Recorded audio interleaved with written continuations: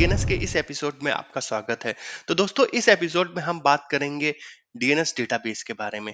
DNS database हमारा जब हम कोई रिकॉर्ड्स या जोन्स बनाते हैं तो उसका कोई ना कोई डेटाबेस होगा, करेक्ट? तो ये डेटाबेस 2 टाइप का हो सकता है। हमारा पहला होता है स्टैंड अलोन। ठीक है दोस्तों, पहला होता है हमारा स्टैंड अलोन। स्टैंड अलोन का जो डेटाबेस होता है इसका मतलब ये हो गया कि वो एडी से इंटीग्रेटेड नहीं है। स्टैंड अलोन का मतलब हो गया उस लोकल कंप्यूटर या सर्वर्स के ऊपर उसका डेटाबेस सी विंडोज सिस्टम 32/DNS के अंदर उसका डेटाबेस की फाइल होगी। ठीक है। और अगर हम इसको दूसरा ऑप्शन क्या होता है हमारा, हम इसको डीएनएस को इंटीग्रेट कर दें विद एडी। ठीक है। विद एडी इंटीग्रेट करने के बाद बहुत सारे बेनिफिट्स होते हैं जो हमें मिलते हैं। ठीक है। अगर स्टैंड अलोन रहेगा तो उसमें बहुत सारे डिसएडवांटेज होते हैं, और एडी इंटीग्रेटेड रहेगा तो उसमें बहुत सारे बेनिफिट्स हमें मिलते हैं। तो वो हम सारे बेनिफिट्स इस एपिसोड में जानेंगे, और जानेंगे कि डेटाबेस किस पार्टीशन के साथ में इंटीग्रेट होता है। तो देख दोस्तों, हमारे एक्टिव डायरेक्टरी में ये हमारा एक डोमेन कंट्रोलर है। इसके ऊपर कौन सा है? एनटीडीएस डेटाबेस है। एनटीडीएस डेटाबेस के कितने पार्टीशंस होते हैं? 4 पार्टीशंस होते हैं, जो कि मैं आपको बता चुका हूँ। Schema partition, configuration partition, domain partition और एप्लीकेशन पार्टीशन। ठीक है दोस्तों, तो ये जो 4 पार्टीशंस हैं, ठीक है, हम इसमें से सिर्फ एक पार्टीशंस के बारे में बात करें जिसका नाम है एप्लीकेशन पार्टीशन। ठीक है। एप्लीकेशन पार्टीशंस दोस्तों, हमारे जो ना एप्लीकेशन पार्टीशंस में क्या होता है कि ये पर डिजाइन किया जाता है पार्टीशन पर्टिकुलर एक एप्लीकेशन के लिए। ठीक है। उसके डेटाबेस के लिए यहाँ पर जो है हमारा, जब हम डोमेन कंट्रोलर प्रमोट करते हैं तो यहाँ पर हम चूज करते हैं कि डीएनएस हमें application as a application required है।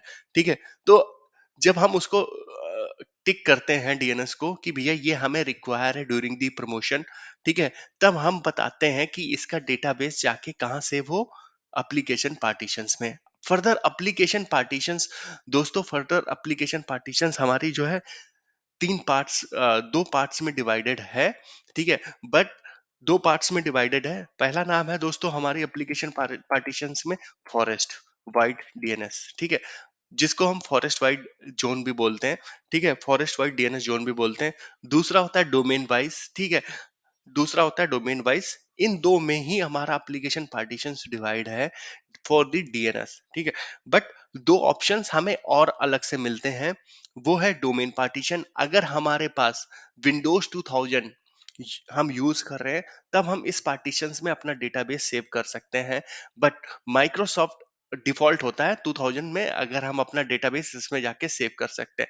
बट 2000 से ऊपर, ठीक है, 2000 से ऊपर 2003 2008, ठीक है, उनमें जब हम ऑपरेटिंग सिस्टम में आते हैं तो हमारे पास ओनली 2 पार्टीशन ही रहते हैं। ठीक है, हमारे पास ओनली 2 पार्टीशन ही रहते हैं। कौन कौन से रहते हैं? 2000 से ऊपर डोमेन और वाइड। ठीक है, डोमेन और फॉरेस्ट, ये हमारा रहता है 2000।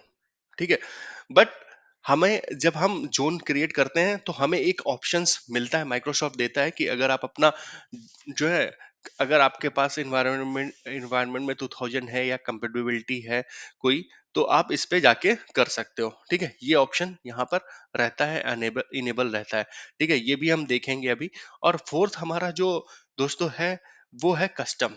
कस्टम डीएनएस पार्टीशंस भी हम बना सकते हैं। ठीक है, कस्टम डीएनएस पार्टीशंस भी हम बना सकते हैं। ये भी ऑप्शंस माइक्रोसॉफ्ट हमें देता है कि आप इसको भी फर्दर बना सकते हो। करेक्ट। तो ये आपको समझ में आ गया। ठीक है। अब उसके बाद चलिए एक जोन बनाते हैं हम। ठीक है, और जोन को देखते हैं हम कहाँ कहाँ कर सकते हैं। ये हमारी एक न्यू जोन हो गई। ठीक है, मान लीजिए ये हमने एक नई जोन बनाई है। इसका नाम है, क्या है हमारा? लर्न एजोर इन हिंदी डॉट ऑनलाइन। ये एक हमने नई जोन बनाई है। ठीक है, अब मुझे क्या करना है, इस जोन को किसी ना किसी पार्टीशन में रखना पड़ेगा। ठीक है, तो क्या क्या मेरे पास पॉसिबिलिटीज हो सकती है दोस्तों? या तो ये जोन किस में आएगी? फॉरेस्ट में आएगी।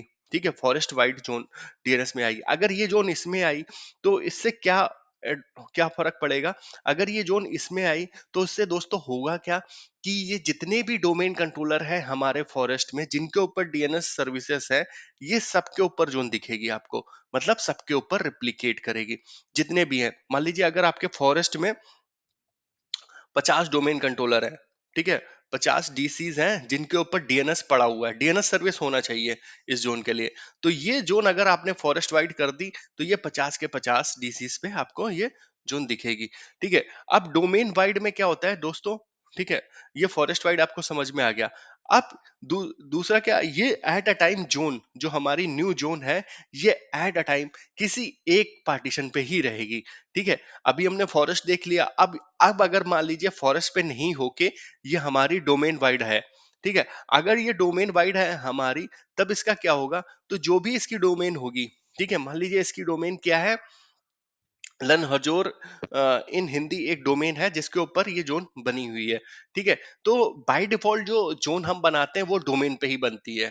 ठीक है, बाय डिफॉल्ट डिफॉल्ट जो ऑप्शन होता है वो यही रहता है।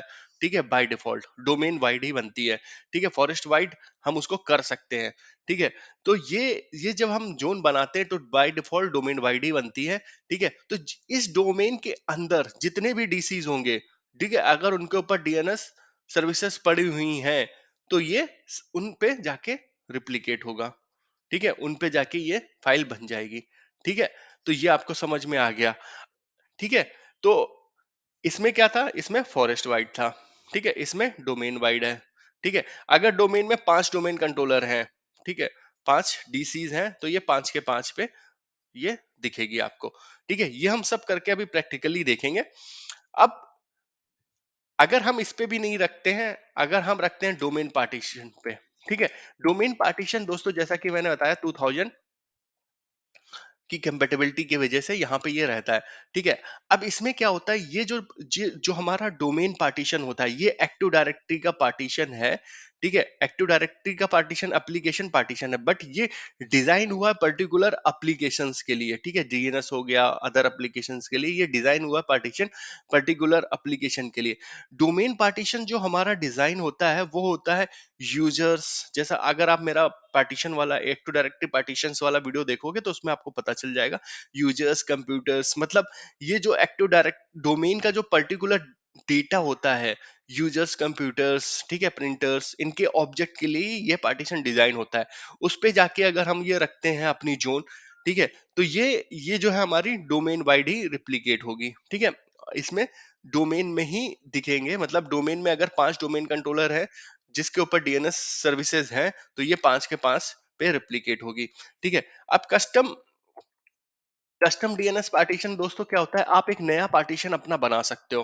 ठीक है, ये आपके हाथ में, आप अपना नया पार्टीशन बना सकते हो। जनरली ये जो ना मैंने कभी यूज किया नहीं है इसको किसी भी ऑर्गेनाइजेशन में। ठीक है, बट ये आप अपने हिसाब से अपना पार्टीशन बना सकते हो, एक कस्टम पार्टीशन जो कि एप्लीकेशन पार्टीशंस में होगा। ठीक है, आप उसको अपने हिसाब से डिजाइन कर सकते हो कि उसको कहाँ रिप्लिकेट करना है। ठीक है, तो फॉरेस्ट वाइड करना है या डोमेन वाइड करना है। ठीक है, तो अब हम चलते हैं, सबसे पहले देखते हैं हम एक पार्टीशन बना के कि ठीक है क्या क्या ऑप्शंस आते हैं, मतलब पार्टीशंस चल के हम देखते हैं। ठीक है, उसके लिए मैं आपको ले चलता हूं अपने एक्टिव डायरेक्टरी सर्वर पे। ठीक है, यहाँ पर आप देख लीजिए, ये जो हमारा स्टैंड अलोन होता है System32, ये है वो लोकेशन। ठीक है, ये हमारा डीएनएस कंसोल है।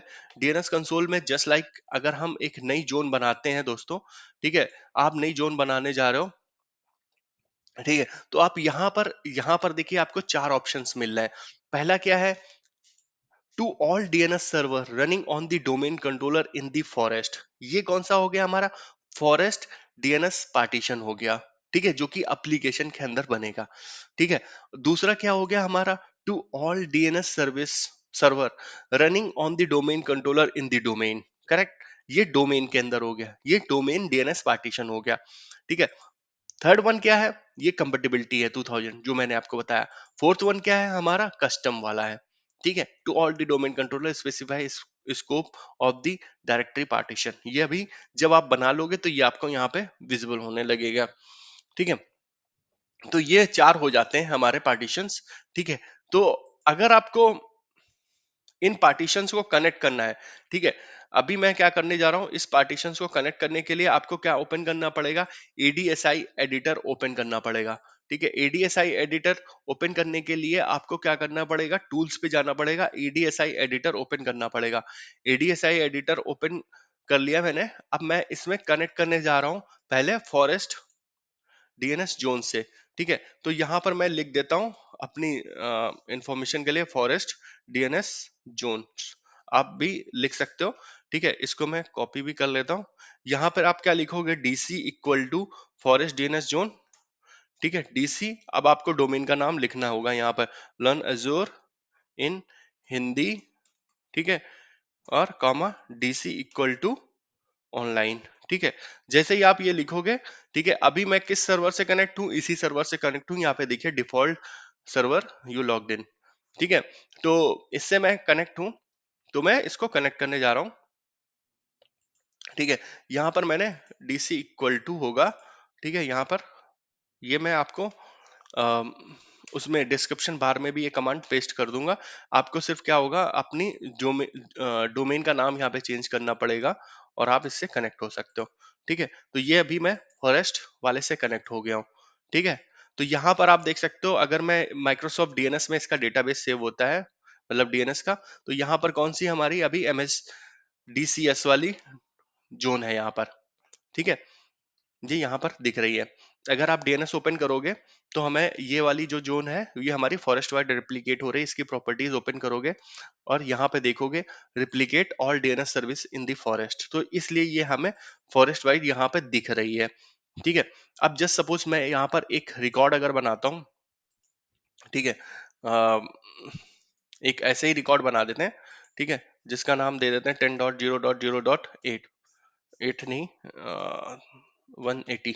ठीक है, तो ये रिकॉर्ड जैसे ही हम बनाएंगे यहाँ पर, और इधर देखिए एडीएसआई एडिट में आप आ जाइए, ये आपको यहाँ पे भी दिखेगा, बस खाली आपको ये रिफ्रेश करना पड़ेगा ये रिकॉर्ड।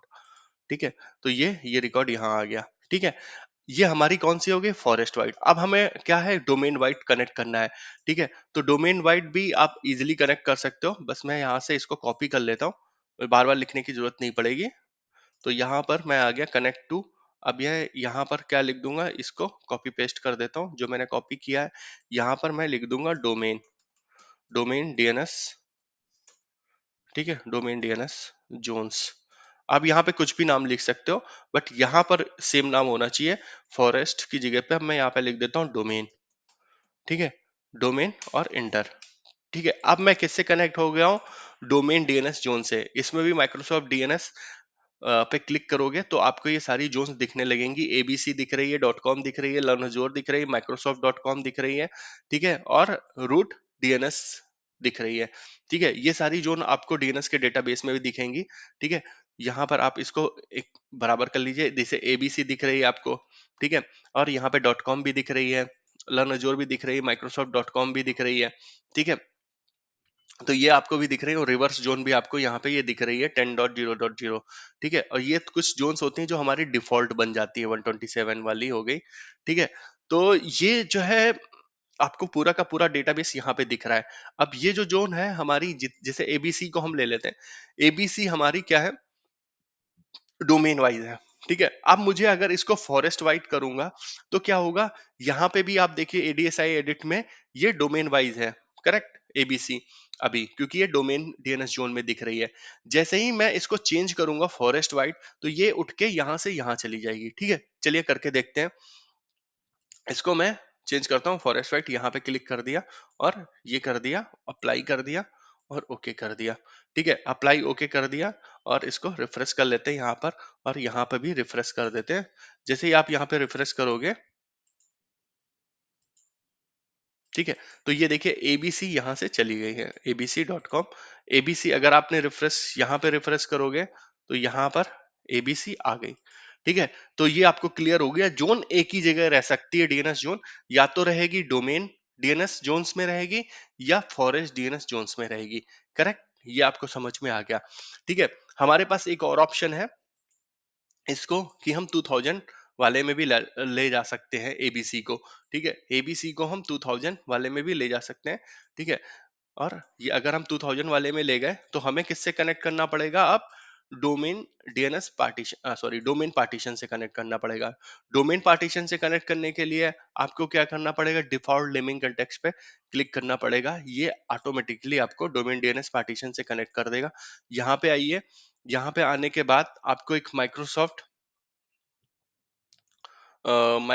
कंप्यूटर्स डोमेन ठीक है। माइक्रोसॉफ्ट करके एक ऑप्शन दिखेगा यहाँ पर सिस्टम्स में, सिस्टम्स के अंदर आएगा माइक्रोसॉफ्ट डीएनएस। ये माइक्रोसॉफ्ट डीएनएस यहाँ पे आ गया है, आप एबीसी। ठीक है, तो ये देख लीजिए एबीसी अब यहाँ पे आ गई है। अब आप इसको वापस फिर से ले जा सकते हो, बट ये मैं रिकमेंडेड करूंगा कि आप जो है प्रोडक्शन में ऐसा ना करें। ठीक है, कभी कभी क्या होता है कि जोन हमारी क्या होते हैं कि एक एरर आ जाती है इन प्रोग्रेस करके। मैं वो एरर आपको जब ट्रबल शूटिंग वाले वीडियोस बनाऊंगा तो मैं आपको बताऊंगा। आपको क्या दिखेगा, वो एडीएसआई एडिट में यहाँ पे इन प्रोग्रेस करके दिखेगा। फिर वो जोन जो है ना आगे बढ़ेगी ना, मतलब आप उसको ना फॉरेस्ट में ले जा सकते हो ना डोमेन में ले जा सकते हो, तो वो स्टक हो जाती है एक जगह। तो ऐसा आप कभी मतलब प्रोडक्शन में मत करिएगा। अगर आप प्रोडक्शन में करना चाह रहे हो टेस्टिंग पर्पस के लिए, तो नई जोन अपने पास से बना लो। जैसे मैंने एबीसी बनाई है, एबीसी पे मैं आर एन डी कर रहा हूँ, ना कि मैं लर्न अज्योर इन हिंदी डॉट ऑनलाइन पे आर एन डी कर रहा हूँ। ठीक है, अगर मुझे एबीसी डिलीट करनी पड़ी तो कोई इम्पैक्ट नहीं है मेरे एनवायरमेंट में। ठीक है, तो ये आपको समझ में आ गया। अब क्या हो गई, ये फॉरेस्ट वाइड आ गई। तो ये हो गया, ये है पूरा फंडा। ठीक है, अब क्या होता है जब ये जो जोन है हमारी एडी इंटीग्रेट हो गई और इसका डेटा जो है एडी में चला गया, तो जो रिप्लिकेशन है एडी का, एडी के रिप्लिकेशन के हिसाब से ये जोन माइग्रेट होती रहती है। ठीक है, इससे बेनिफिट्स क्या हो सकते हैं दोस्तों, इससे बेनिफिट्स हमारे पास बहुत सारे बेनिफिट्स हैं कि हम जो है ना किसी भी डोमेन कंट्रोलर पे जाके इस जोन को एडिट कर सकते हैं। करेक्ट, किसी भी जोन पे डोमेन कंट्रोलर पे जाके हम इसको एडिट कर सकते हैं। ठीक है, अगर मेरा अभी क्या है, एबीसी मैंने फॉरेस्ट वाइड कर दी है। करेक्ट, एबीसी पे अगर आप क्लिक करोगे तो ये हमारी फॉरेस्ट वाइड है। सॉरी, अगर मैं इसको डोमेन वाइड ही है, मैं इसको फॉरेस्ट वाइड कर देता हूँ। ठीक है, अब ये एबीसी हमारी फॉरेस्ट वाइड हो गई। तो फॉरेस्ट वाइड में जितने भी हमारे डोमेन कंट्रोलर होंगे, ठीक है, तो ये सब पे जाके आपको दिखेगी। अगर मैं, ठीक है दोस्तों, हम इसको वेरीफाई कर लेते हैं abc.com को कि ये फॉरेस्ट वाइड रिप्लिकेट हुई या नहीं हुई है। उसके लिए क्या करना पड़ेगा आपको, मैंने एबीसी हमें दूसरे डोमेन कंट्रोलर पे चेक करना है। उसके लिए मैं दूसरा डोमेन कंट्रोलर इसी कंसोल पे कनेक्ट कर लेता हूँ। मैं यूपी का डोमेन कंट्रोलर कनेक्ट करने जा रहा हूँ। ठीक है, यूपी के डोमेन कंट्रोलर पे हम देखते हैं कि एबीसी हमारे हमें दिख रही है या नहीं दिख रही है। ठीक है, तो ये ओपन होने में ओपन हो गया और यहाँ पर हम एबीसी देखेंगे। ये देखिए एबीसी ऑलरेडी यहाँ पर दिख रही है। अगर आपको लर्न अज्योर इन हिंदी इसको भी रिप्लिकेट करना है फॉरेस्ट वाइड, ठीक है, आप इसको भी कर सकते हो। और रिप्लिकेशन में थोड़ा सा टाइम लगता है, डिपेंड ऑन दी मतलब कितना आपके पास डेटा है जोन के ऊपर। ठीक है, मैंने इसको लर्न अज्योर इन हिंदी डॉट ऑनलाइन इसको भी मैंने फॉरेस्ट वाइड रिप्लिकेट कर दिया है। तो अभी हम यहाँ पे चेक करेंगे कि यहाँ पर आई है या नहीं आई है। इसके लिए आपको रिफ्रेश करना पड़ेगा यहाँ पर, और ये अभी तक यहाँ पे नहीं आई है, तो थोड़ा सा टाइम लग जाता है। जैसा कि मैंने बताया कि डिपेंड ऑन दी डेटा के ऊपर। ठीक है, और दोस्तों यहाँ पर आप देख सकते हो लर्न अज्योर इन हिंदी ऑनलाइन ऑलरेडी माइग्रेट हो गई है फॉरेस्ट वाइट। अब हम एचआर वाले डीसी पे देख सकते हैं लर्न अज्योर इन हिंदी, यहाँ पे दिख रही है आपको। ठीक है, तो फॉरेस्ट वाइड अगर आपको माइग्रेट करना है किसी भी जोन को, इसका मतलब है मल्टीपल डोमेन्स में माइग्रेट होगी। ठीक है, तो उसके लिए आपको इंटरप्राइज एडमिनिस्ट्रेटर राइट्स की जरूरत पड़ेगी। विदाउट इंटरप्राइज एडमिनिस्ट्रेटर राइट्स आप फॉरेस्ट वाइड रिप्लिकेशन नहीं कर सकते हैं। तो दोस्तों चलते हैं हम एडी इंटीग्रेटेड डीएनएस के बेनिफिट भी देख लेते हैं चल के। तो दोस्तों यहाँ पे आप पहला बेनिफिट देख सकते हो, replication. DNS replication is perform by active directory, so there is no need to support a separate replication technology for DNS servers. तो इसका मतलब ये हो गया, जो डीएनएस का जो डेटा है वो रिप्लिकेट होगा थ्रू दी एक्टिव डायरेक्टरी। ठीक है, और एक्टिव डायरेक्टरी का जो रिप्लिकेशन है वो सिक्योर है। ठीक है, वो सिक्योर है। दूसरा क्या है वो मैं आपको बताऊंगा कैसे सिक्योर है इन रिप्लिकेशन वीडियो में। ठीक है, अभी आने वाली अपकमिंग वीडियोस में। ठीक है, और दूसरा क्या है कि अगर आपके मान लीजिए डीएनएस में एक एट्रीब्यूट्स भी आप चेंज करते हो, दैट मीन्स अगर मान लीजिए एक रिकॉर्ड बना हुआ उसका आईपी भी चेंज होता है, पूरा का पूरा रिकॉर्ड वही है बस सिर्फ आईपी चेंज होता है, तो उसका भी रिप्लिकेशन पर प्रॉपर्टी का रिप्लिकेशन भी हो जाएगा, ये सेकंड पॉइंट में। ठीक है, और सिक्योर होता है ये तो मैं आपको बता ही चुका हूँ। और आप चेंजेस किसी भी डोमेन कंट्रोलर में कर सकते हो जिसके ऊपर डीएनएस पड़ा हुआ है, डीएनएस रोल है, हम उस पर चेंजेस कर सकते हैं और वो रिप्लिकेट हो जाएगा इंटायर फॉरेस्ट में। ठीक है, इंटायर डोमेन में या इंटायर फॉरेस्ट में, जैसा कि आप जो जो सभी आप रेप्लिकेशन ज़ोन यूज़ कर रहे हो, ठीक है? तो ये चारों के चारों पॉइंट आपको समझ में आ गए, ठीक है? अगर आपको कोई और दूसरा पॉइंट पता हो कि इंटीग्रेटेड का बेनिफिट्स है, तो कृपया मुझे कमेंट बॉक्स में ज़रूर बताएँ, ठीक है? मिलते हैं नेक्स्ट वीडियो में। Thank you.